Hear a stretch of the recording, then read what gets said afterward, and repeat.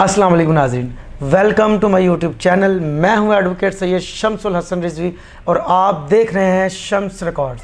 आज मेरे साथ मौजूद हैं एक लेडी यंग लॉयर और इनको क्या मसाइल पेश आते हैं और इन्होंने कैसे प्रॉब्लम्स को फेस किया, ये सारी चीज़ें आज इस वीडियो में हम इनसे गुफ्तगू करेंगे और इनसे जानेंगे। इनका नाम है तैयबा लाल एडवोकेट। इन्हें ये भी पूछेंगे कि एचईसी ने जो लॉ गैट का जो सिस्टम रखा हुआ है उसमें क्या मिस्टेक्स होती हैं और जो यंग लॉयर्स हैं उनके लिए क्या प्रॉब्लम्स है।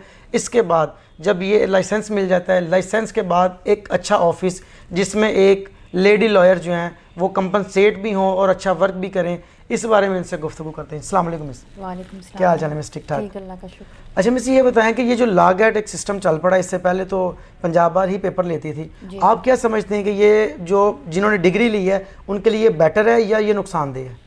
लॉ गैट मैं समझती हूँ कि ये अच्छी चीज़ है वैसे, क्योंकि आप इस तरह ये होता है कि जैसे आप डिग्री लेकर आए हैं तो आपको सब कुछ आता है कि नहीं आता, आप मेहनत करके फिर आप लॉ गैट देते हैं, तो ये चीज़ मैं समझती हूँ कि ये अच्छी है, बुरी भी नहीं है, ठीक है। आप लॉ गैट की हद तक ठीक है। हाँ, जो मिस्टेक्स होती हैं उसके बारे में आप क्या कहेंगे? मिस्टेक्स नहीं होनी चाहिए, क्योंकि मैंने भी रिसेंटली दिया था लॉ गैट तो अल्हम्दुलिल्लाह मैं हो गई थी पास। तो लेकिन ये है कि मिस्टेक्स जो होती हैं ना, जैसे वुड कुड में की ऐसी मिस्टेक्स नहीं होनी चाहिए। तो ये बड़ी मतलब देखा जाए तो काफ़ी मेरी फ्रेंड्स भी हैं वो जो रह गई हैं इन चीज़ों में ना, गैट की वजह से। उन्होंने काफ़ी मेहनत भी की है। अब देखो उनके पास एक एक दो दो चांसेस हैं, तो देखो वो क्लियर कर जाएँ फिर। अच्छा, आप समझते हैं कि चांसेस 3 से 5 हो जाने चाहिए? हाँ, मैं समझती हूँ हो जाने चाहिए। बिल्कुल ठीक है। हाँ जी। अच्छा, मेरा दूसरा सवाल ये कि एक लेडी जो यंग लॉयर होती है उसको सबसे बड़ा मसला क्या पेश आता है जब वो प्रैक्टिस स्टार्ट करती है? मैं तो ये जब से मैं इस प्रोफेशन को मैंने ज्वाइन किया है अपनी स्टडीज़ के बाद, तो मैं तो समझती हूँ कि हम लोगों के लिए, लड़कियों के लिए पहले तो एक महफूज ऑफिस वो हमें ढूंढना चाहिए अपने लिए, एक अच्छी जगह जहाँ पे एक दो लड़कियाँ और भी काम कर रही हैं। बिल्कुल ठीक है। अगर नहीं भी कर रही तो आपको पता होना चाहिए कि आपका साथ किस तरह का, वो किस तरह रखेगा। एक दो दिन में जाके आपको पता चल जाता है वो किस तरह का, क्योंकि लड़कियों की नज़र ज़्यादा भी वैसे भी तेज़ होती है मर्दों को पहचानने में। तो अगर आप अकेली भी काम कर रही हैं और भी एसोसिएट साथ में काम कर रहे हैं तो आप कर लो वहाँ पे काम। लेकिन मैं तो यही प्रेफर करती हूँ ज़्यादातर वहाँ पे 2-3 लड़कियाँ या एक लड़की एटलीस्ट काम करती हो, आप उनके साथ कंफर्टेबल होकर फिर काम करते हैं ना। अच्छा, जो लेडीज़ लॉयर हैं जब ये डिग्री लेते हैं, इतना खर्चा करके आते हैं, उसके बाद जो फर्स्ट ऑफ ऑल एक सीनियर को उनके बारे में क्या सोचना चाहिए? सीनियर्स को मैं चाहती हूँ कि ना वो लोग यही सोचें कि ना अब जैसे उन्होंने भी तो सर्वाइव किया है ना इस पेशे में।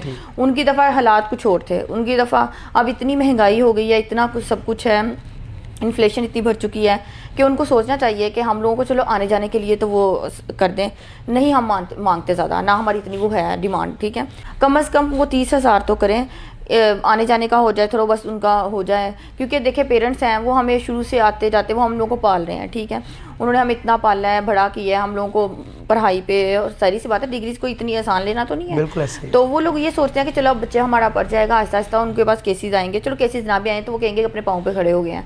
लेकिन अभी हम इस प्रोफेशन में आते हैं, असल में लड़कियों का, फीमेल्स का और मेल्स का भी यही इशू है। बिल्कुल ठीक। Same nature of young lawyer में सेम इशू है। हाँ, सेम इशू है कि उनको आने जाने का नहीं दिया जाता, इनका उनको कंपनसेट नहीं किया जाता उनको, तो इस वजह से बहुत मुश्किलात होती हैं। अच्छा, आप कहाँ से आते हैं? मैं आती हूँ सुखचंद गार्डन से, बहरिया टाउन के सामने है वो। अच्छा, आप बहरिया टाउन से इधर लाहौर बार एसोसिएशन में? हाँ जी, माशाल्लाह। आपका तकरीबन ये कितना खर्चा हो जाता है डेली का आने जाने का? डेली का 1000 लग जाता है। अब डेली का 1000 लग जाता है। अब आप खुद देखें कि हम अपने पेरेंट्स से रोज़ कह रहे हैं बाबा पैसे, तो इस तरह शर्म आती है इंसान को।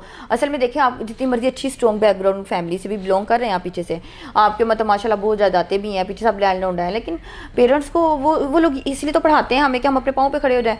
वो इस तरह परेशान रहते हैं कि बच्चे हमारे से अभी भी पैसे लेके जा रहे हैं, अभी भी पैसे लेके जा रहे हैं, 2 साल हो गए हैं, 3 साल हो गए हैं, अभी भी हमसे पैसे, वो इससे ना वो और परेशान होते हैं कि बच्चा अपने पाँव पे खड़ा क्यों नहीं हो पा रहा, तो वो ये सोचते हैं। अच्छा, एक चीज़ मेरे जहन में आ गई है, वो सवाल ये है कि जब एक यंग लॉयर आता है तो उसे आते साथ अच्छा ऑफिस मिल जाता है या उसे फिर ढूंढना पड़ता है, स्ट्रगल करनी पड़ती है? नहीं, मेरा तो ये मानना है कि जिनके ऑलरेडी इस प्रोफेशन में हैं, बाप दादा ये वो, ठीक है, उनके लिए कोई मुश्किलात होती है, उनके लिए ज़रा मुश्किलात होती है, बस उनको सीखना होता है। उनको वहाँ रह के उनके पेरेंट्स भी कहते हैं कि हम तुम्हें इसके पास भेज देंगे या हम लोग अपने पास रखेंगे, हम तुम्हें सिखा देंगे, मेरा सिविल का दोस्त है ये वो, क्योंकि वो लोग ऑलरेडी जजेस हो गए, दूसरे हो गए, उन लोगों को इतनी मुश्किलात नहीं होती है।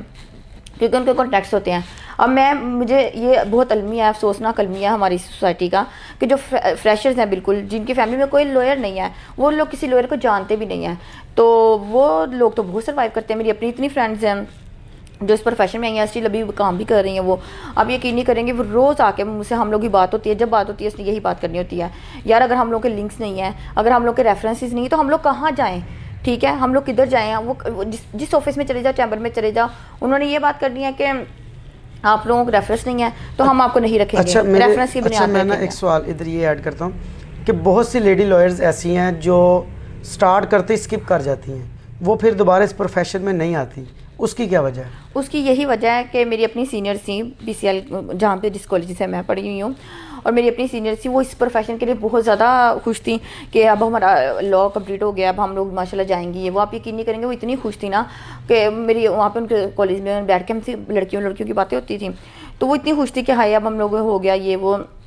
लेकिन आप यकीन नहीं करेंगे, आफ्टर 6 मंथ कि वो लोग सिर्फ 3 महीने या 6 महीने सिर्फ सर्वाइव कर पाई हैं सिर्फ, उसके बाद उन्होंने इस प्रोफेशन को छोड़ दिया। और मेरी आंखों देखे हाल है कि मेरी इतनी वो जो सीनियर्स हैं ना, वो घर बैठी हुई हैं, उनकी शादियां भी नहीं हुई हैं इवन, लेकिन वो घर बैठी हुई हैं। वो क्यों बैठी हुई हैं घर? क्योंकि उनको नहीं अच्छा ऑफिस मिला। मुझे मेरी खुद सीनियर्स ने बोला था कि तैयबा, जब तुम इस प्रोफेशन को स्टार्ट करो, पहले ही किसी अच्छे ऑफिस में जाना, ताकि तुम रुलना ना और तुम इस प्रोफेशन से बेजारना ना। तो क्या अब आपको कोई अच्छा ऑफिस मिल गया?